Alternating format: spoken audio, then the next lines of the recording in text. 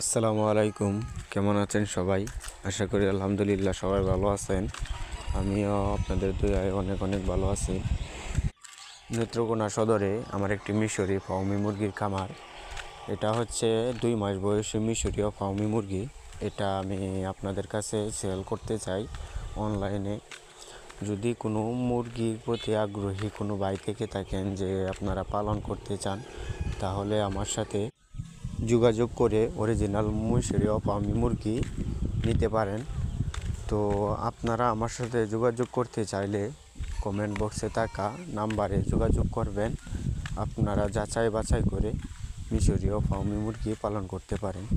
এটা 4 মাস 15 দিন বয়স থেকে 18 মাস ডিম দেয়, কুচে বসে না।